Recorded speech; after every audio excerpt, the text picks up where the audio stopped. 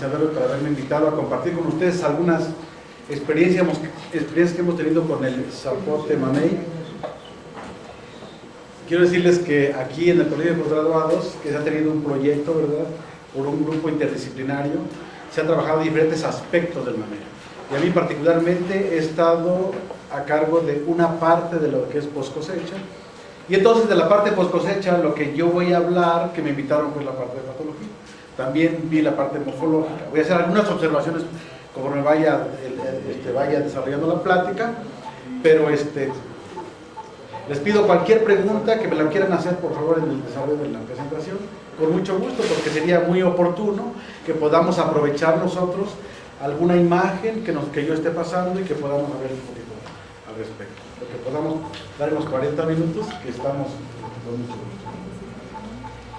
Bueno, entonces, en el caso del manejo post cosecha del mamey, ¿verdad? Nosotros cuando hablamos en cualquier cultivo, desde mi punto de vista, no importa, no hay un patrón que digamos, este es el patrón más bueno para hacer una...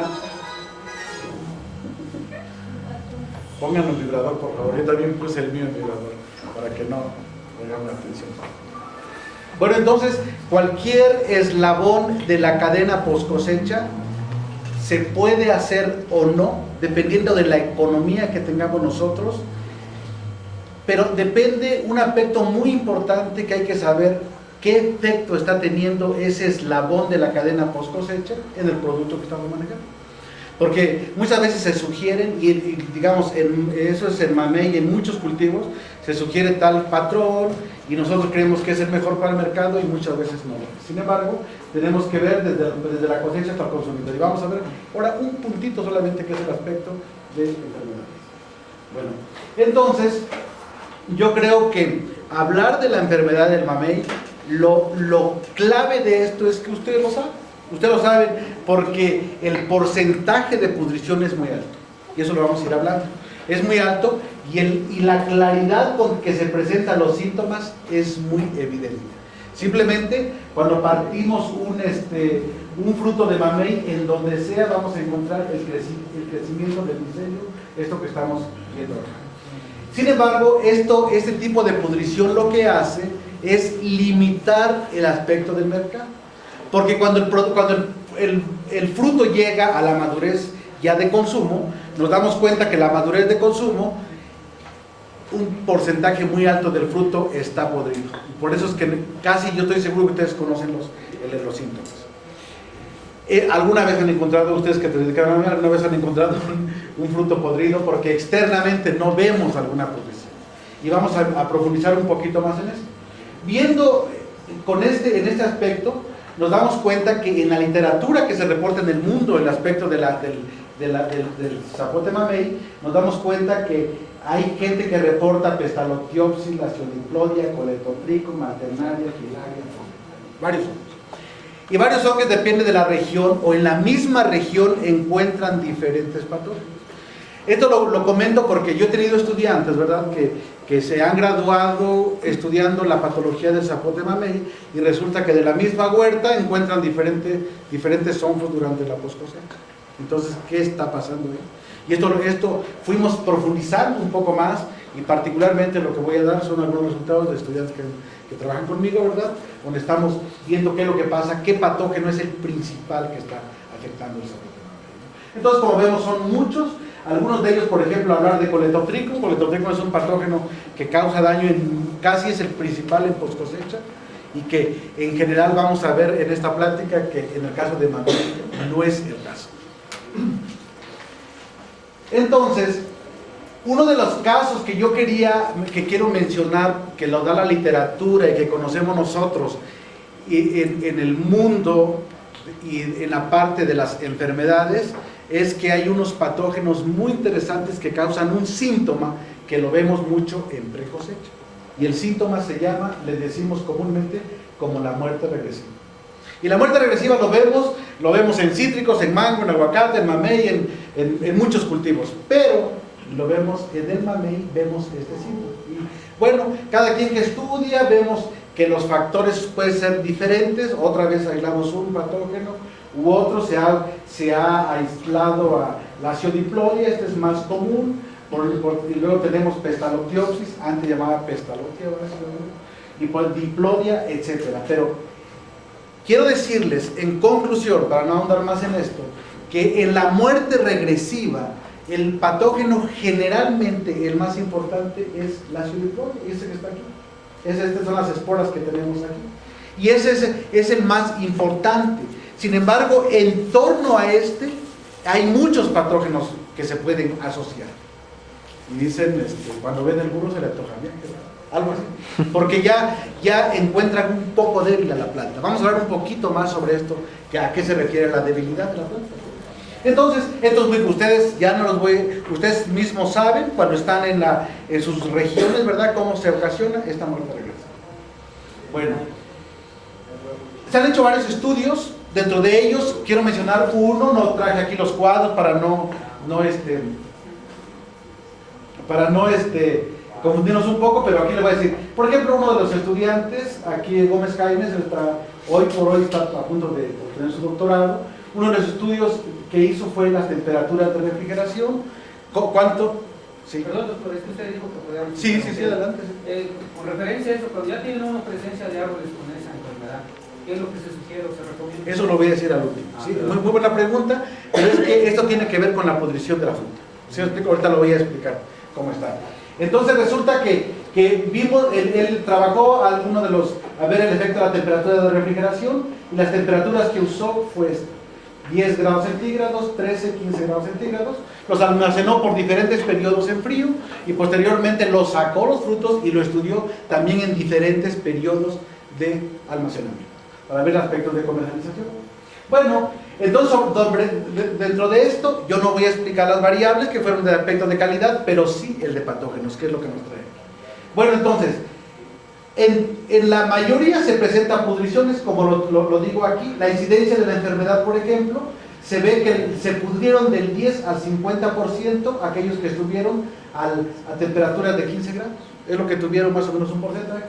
Digamos alto, ¿verdad? Es alto. Posteriormente se fue de 13 grados, osciló entre 10 y 30 grados, 30% de frutos enfermos. Alto. Si os explico, imagínense una pérdida de este tipo. Y 10 grados centígrados, bueno, pues fueron más o menos el 10%. Generalmente la temperatura es un factor muy importante para muchos procesos, pero uno de ellos es el desarrollo de los hongos. Muchas veces dicen 13 grados centígrados, ya no crecen hongos, algunos, ¿verdad? Algunos. Bueno, entonces se evaluó aquí el aspecto síntomas externos, nada, no se veía externamente la pudrición. Síntomas internos, claro, la foto que yo les pasé donde se veía el micelio blanco, eso se ve el micelio porque el daño empieza por la pulpa, ustedes ya lo vieron, o sea, ahí manchado de la pulpa. Primero crece el micelio y posteriormente se va tornando hasta color un poco más café hasta que se oscurece, ¿no? Y otro lugar importante es el hongo entre la cáscara y la pulpa, ¿verdad? Y entonces, eso fue muy importante. Entonces, conclusión de este cuadro es, a mayor temperatura de almacenamiento, mayor desarrollo del hongo. Este trabajo también está por salir, está ahorita ya en proceso de edición. Y entonces, lo que nos dimos cuenta en el caso de 10 grados centígrados, encontró el colega que los daños por frío, se presentaron un poco de daños por frío, ¿verdad? Y los daños con oscurecimiento de la pulpa, que es si consideramos bien, es un valor para la calidad del fruto. ¿Sí me explico? Y por otra parte, se encontró que se incrementó la firmeza de los haces vasculares. ¿Sí? Entonces, son puntos muy importantes. Este fue un trabajo ya, terminado.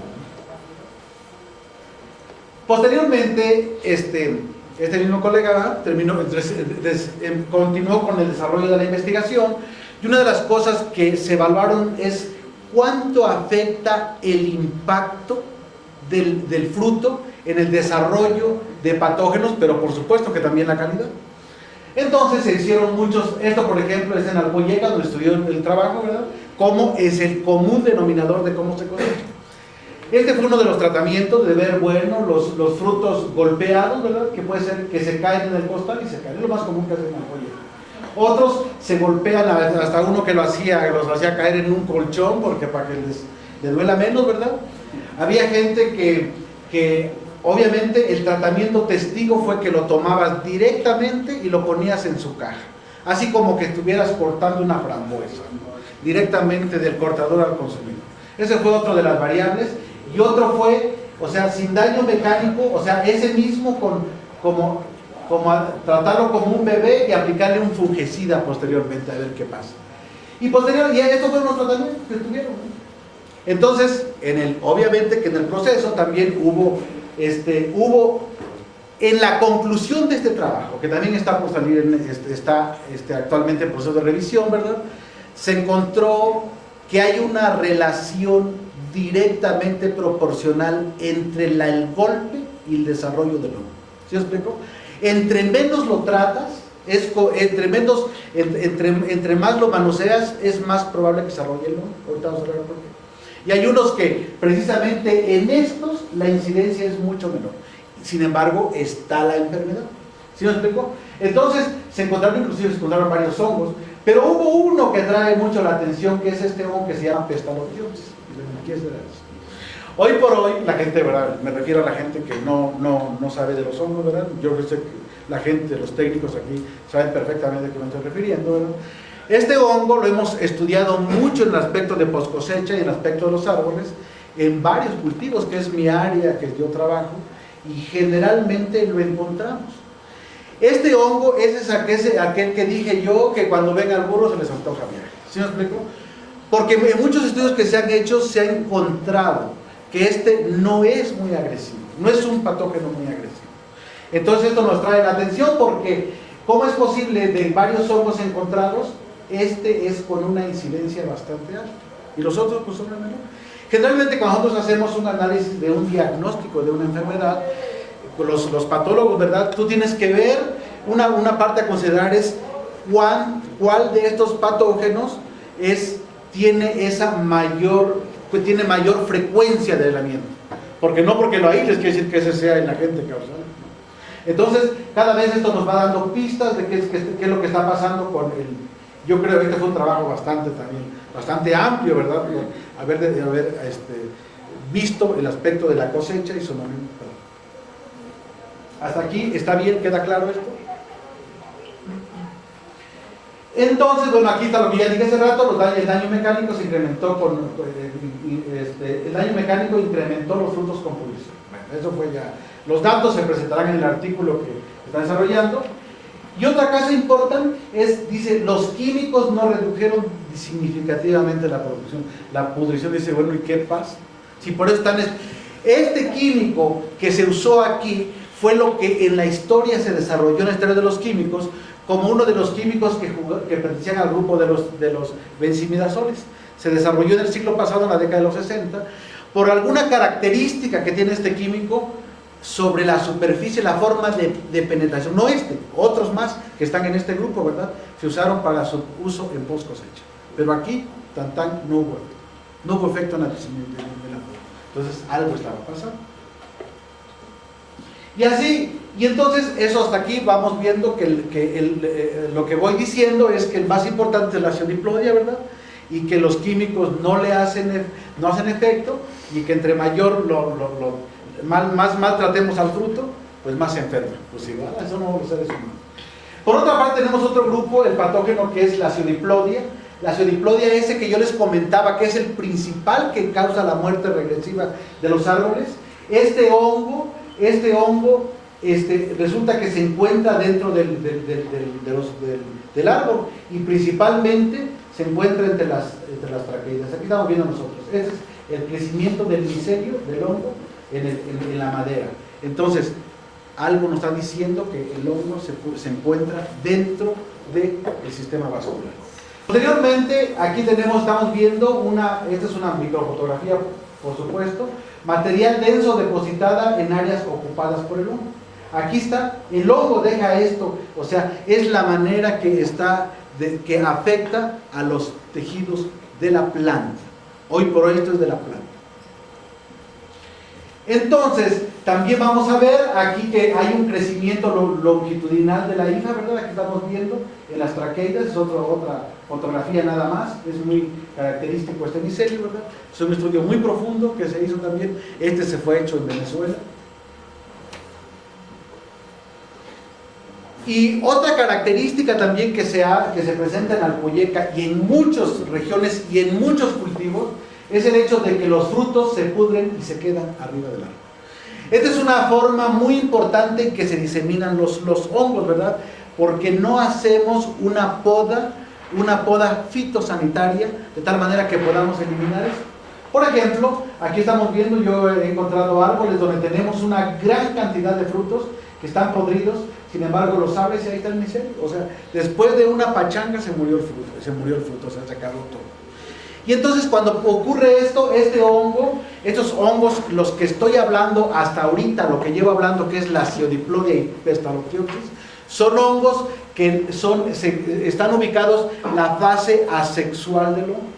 Los hongos tienen una fase sexual también, y la fase sexual casi no se presenta, se desarrolla solamente en los casos cuando ya no tiene de comer, y posiblemente ese es uno de los factores que puede afectar. Entonces se desarrolla, por ejemplo, esto podría ser una contribución hacia la fase sexual, y llegamos que cortamos un fruto, y a veces vamos a ver que ahí se encuentra hasta micelio, ¿no? Entonces, Pestaloctiopsis, dentro de la revisión que se ha hecho, es un hongo que se ha reportado como un endófito de frutos tropicales. Esto quiere decir que es endófito porque se encuentra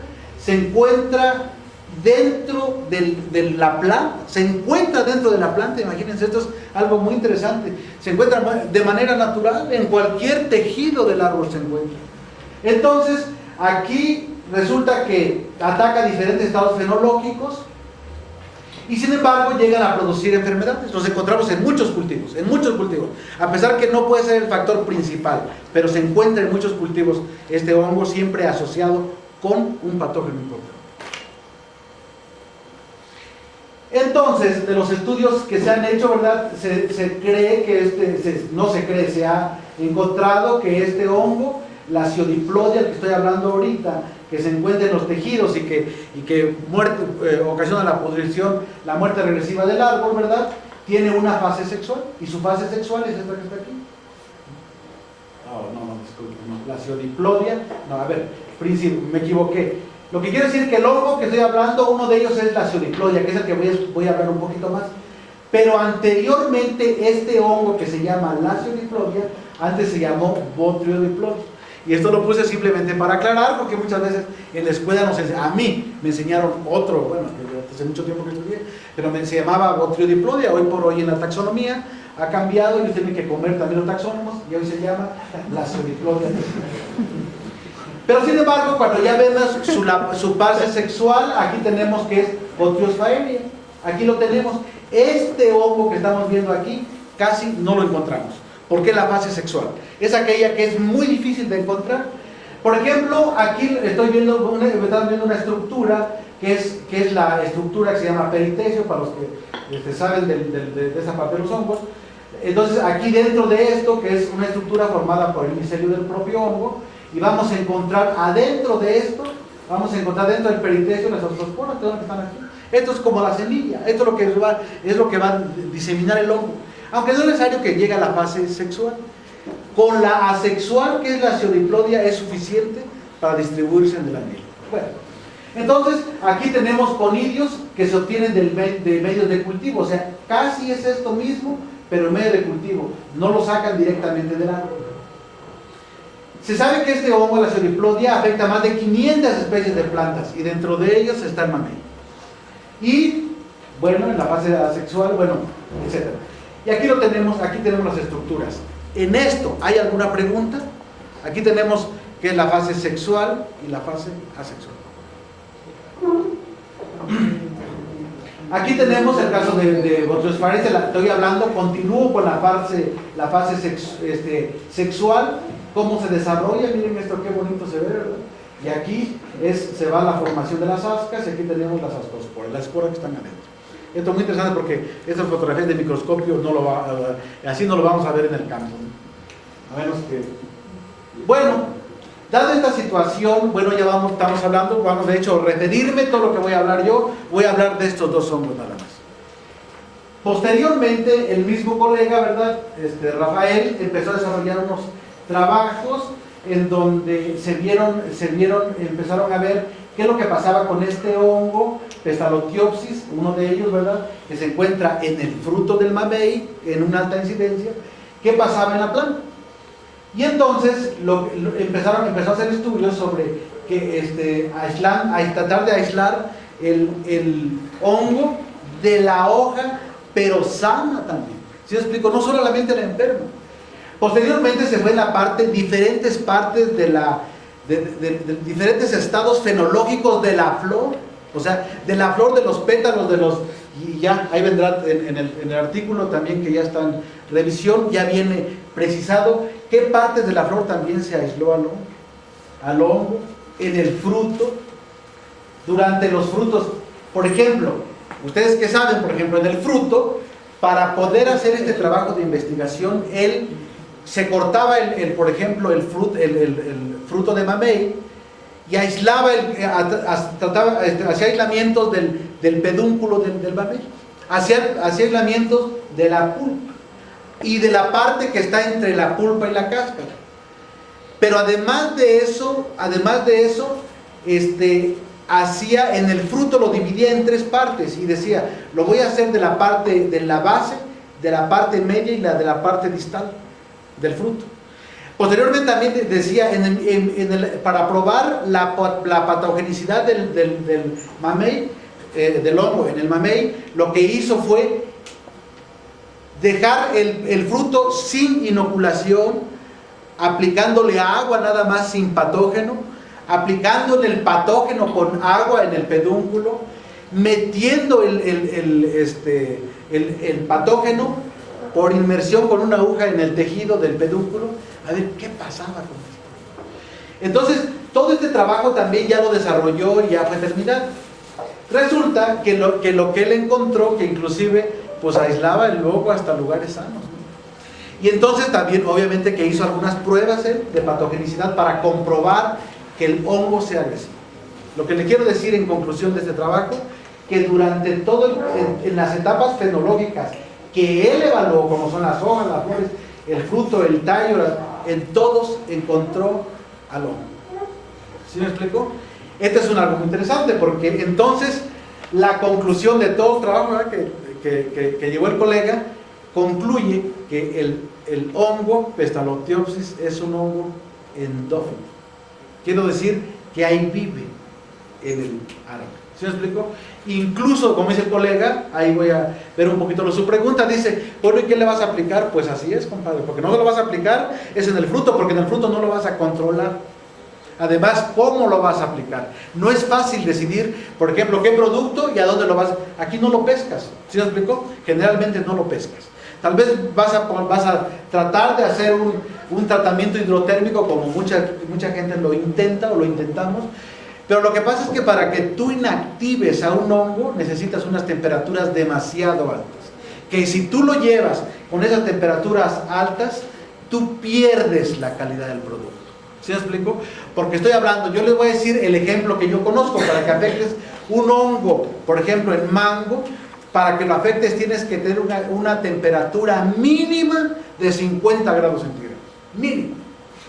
Y entonces, pero si te pasas a 55, ya afectas, ya es el escalde que afecta las células, y entonces afectas al fruto. ¿Sí me explico?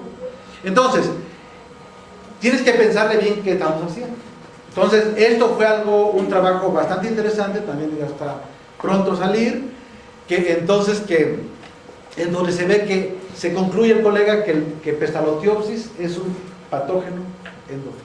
¿Sí me explico? Aquí se trabajó sobre el ADN, ¿verdad?, de los hongos de la Xenoplodia y Pestalotia, que estos dos son los dos hongos a los cuales estoy tocando solamente esta plática, porque hay otros, se ha aislado otros como Alternaria, como Coletotricum, pero Diplodia y otros, pero en muy baja proporción, que yo les puedo decir, esos no tienen nada que ver.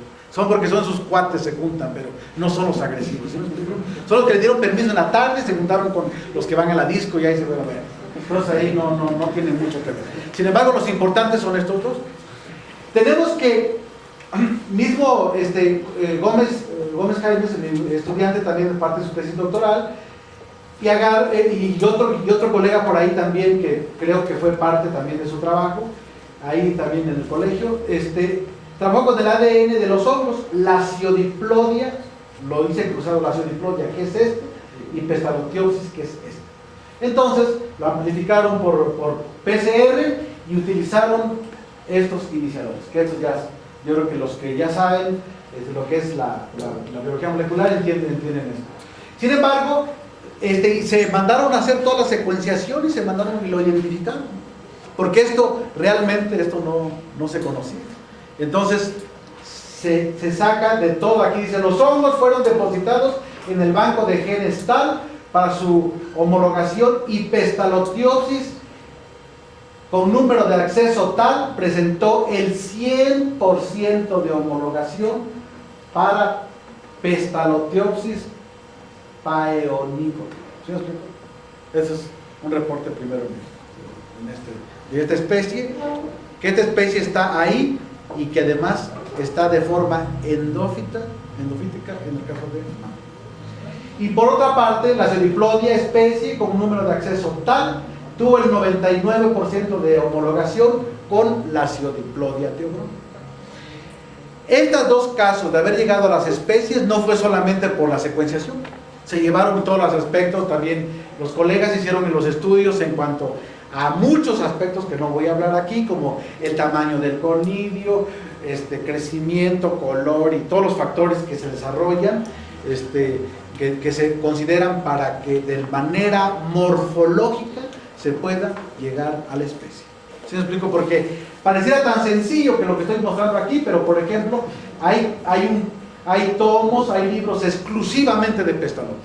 ¿Sí me explico? Es muchísima información.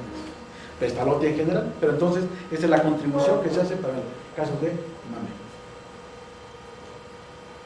Y aquí están algunas microfotografías que Rafael Gómez ha sacado en la parte del microscopio, y ustedes ven, a mí me sorprende mucho a ver las estructuras, por ejemplo, en donde aquí se ve la gran producción y el gran potencial que tiene Pestalotiopsis en el mamey. Esta microfotografía va a salir en los artículos, ¿verdad? Y entonces aquí viene, por ejemplo, en C, este es el acérvulos, que es la estructura en donde se van a desarrollar los conidios. Aquí tenemos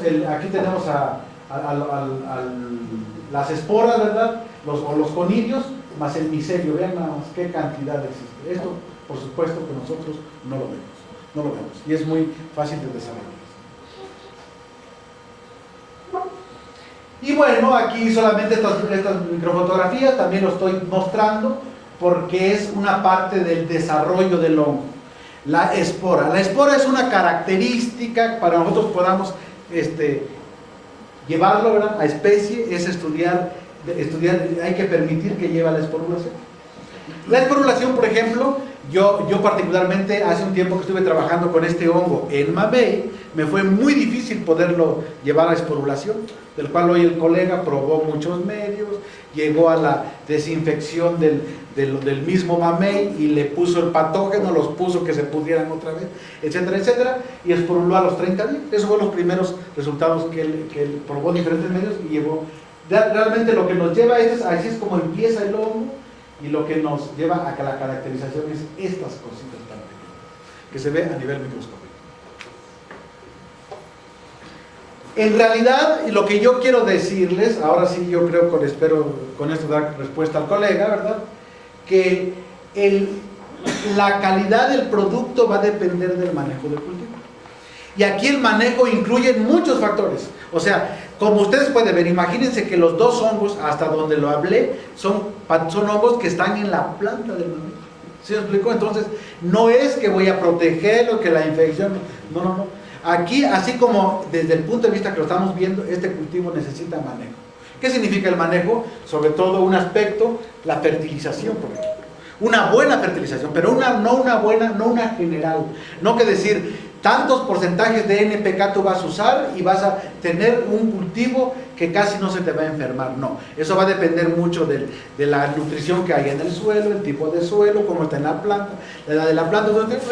Hay países donde la especialización que se da en aspecto de nutrición, dicen, hay gente, yo conozco en el Brasil, que dicen, el especialista de la nutrición en mango es uno, y a ese recurren todos los mangueros. Pero sin embargo, si a ese le pregunta a su tía que le diga cómo va a fertilizar el aguacate, dice, mire, yo no le encuentro eso. ¿Sí os explico? Lo que pasa es que nosotros en el campo somos todólogos, ¿verdad? Ahora hacemos a la fertilización, el que corta, la madurez fisiológica, el que evalúa la calidad, el que es el chofer también, y si no está el dueño de la huerta, le cuidas a su abuelita que la dejó ahí también. Bueno, o sea, si me explico, el cultivo necesita atención y necesitamos especializarlos en algo. Entonces, una de las cosas, un aspecto nomás es la nutrición, otro aspecto es la cantidad de agua que se va a aplicar.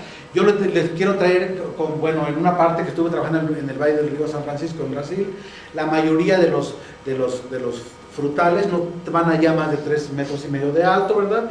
Por muchas razones le llegan más rápido el pesticida, el fungicida, insecticida, la nutrición, etcétera. Lo tratas mejor en la cosecha.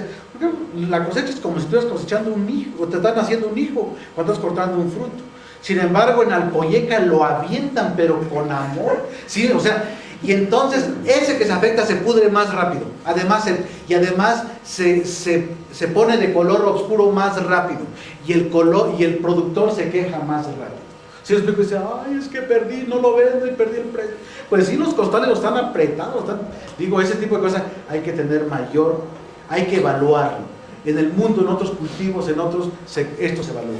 ¿Sí me explico? Entonces, yo quiero decir que realmente la calidad que vamos a tener va a depender mucho de esto. Sobre todo los fungicidas, hay que aplicar, o sea, no hay enfermedad, hay que aplicar fungicidas de vez en cuando, algo programado de tal manera que esto nos pueda ayudar a tener una planta más sana.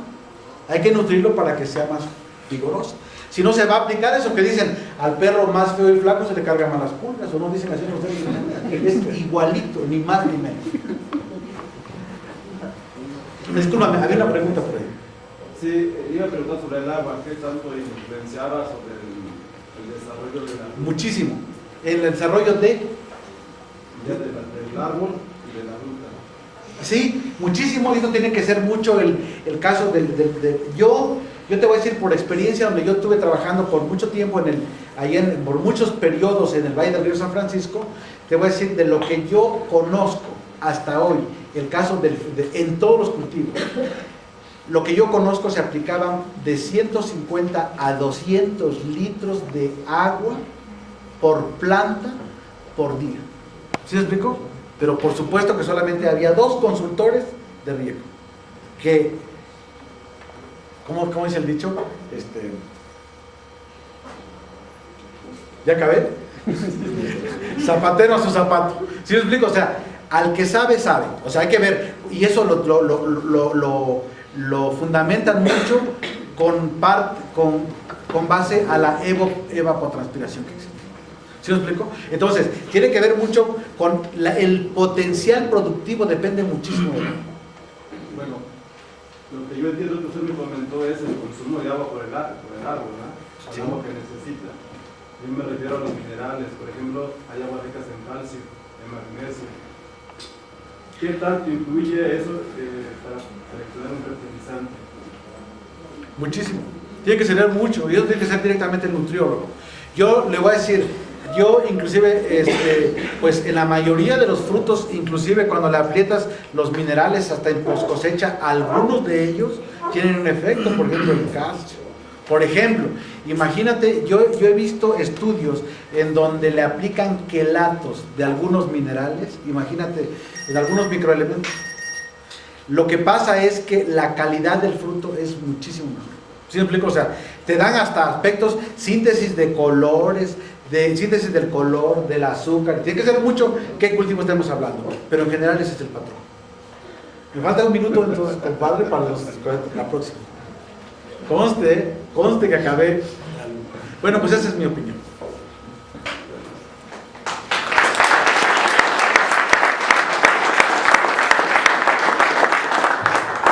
¿Preguntas para el doctor?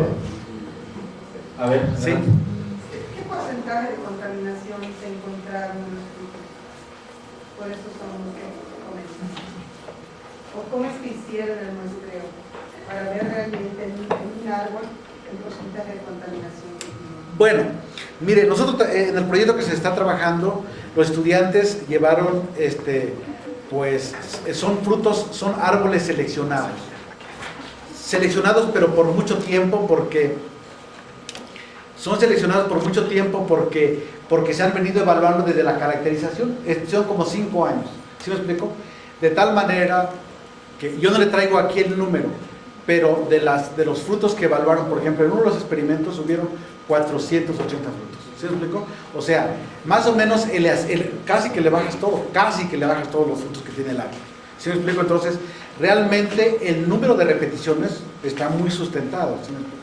Entonces, la pudrición que se presentó, si usted recuerda, aquel que yo le puse 15 grados centígrados de almacenamiento, se fue hasta el 50% a los 18 días después del 18 o 20 días después de que se sacó al mercado. ¿Sí me explico? Sí. No entiendo, pero eso quiere decir que los frutos que llegaron a ese porcentaje de incidencia, ¿fue solo por el hongo o porque se cosechó con un grado de madurez? Ah, no, por el hongo. O sea, de hecho, el corazón de lo que estoy hablando es que el hongo está en la planta. O sea, que en realidad ahí la planta es la que ya está aumentando. Porque, si usted recuerda, yo dije, imagínense cuando se hace la prueba de que le pongo, la prueba en donde dice, se inoculó en el pedúnculo, se metió casi la espora en el pedúnculo, se le aplicó agua, no se le aplicó nada.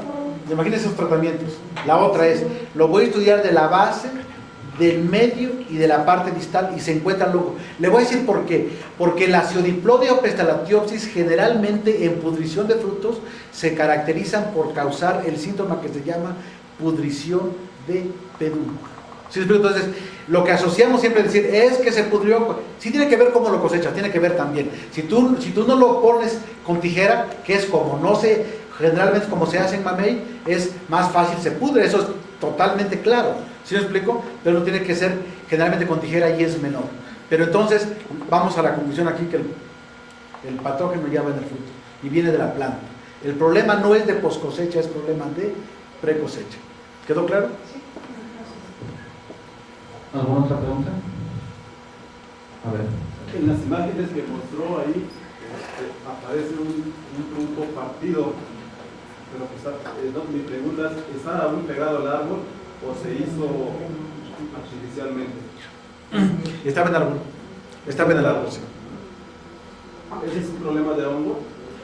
Mire, yo le voy a decir la verdad, no lo estudié, porque eso me lo dieron los productores, me dijeron que estaba en el árbol, que puede ser exclusivamente, mire, en precosecha no es problema. ¿Sí me explico? O sea, lo que tiene que estar relacionado, hay una relación entonces entre el grado de madurez y el desarrollo del hongo. Así como yo le mostré que la evaluación y la pudrición intensa se encontró en madurez de consumo para adelante. Por ejemplo, decían, los estudiantes me decían, es que yo estoy encontrando el 80% de pudrición, pero ya está en senescencia. Y dije, eso no me interesa. No me interesa porque el fruto está podrido, ¿a quién le va a interesar esto? Ya está muy maduro, está sobremaduro, ya tiene, otro tipo de químicos que ya no, ¿sí me explico? No me interesa eso. Bueno, mi experiencia es que ese fruto que está ahí, yo tengo ese problema, pero no maduro, sino todavía en el árbol, todavía en estado sazón. Sí, yo también, pero Entonces, sí. ahí se mete a anidar la hormiga, ya cuando se revienta el fruto. Pero el problema es por qué se revienta. Si ¿Sí me explico? Lo de la hormiga, eso es secundario. ¿Sí me explico? Entonces, a mí me han dicho los productores esto, y me dicen, ¿a qué es? Y yo le voy a decir, no lo sé. Porque yo también lo aislé y quise sacar algo y no lo encontré. ¿Sí me explico? No lo pude aclarar esa situación. Pero ocurre. Por eso yo le dije, fue un aspecto de riego. Porque tú seguramente hubo un estrés y luego se lo aplicaste. Pero esa es puritita imaginación. Suposición. ¿Alguna otra pregunta? ¿No? Bueno, pues vamos a agradecer la participación del doctor.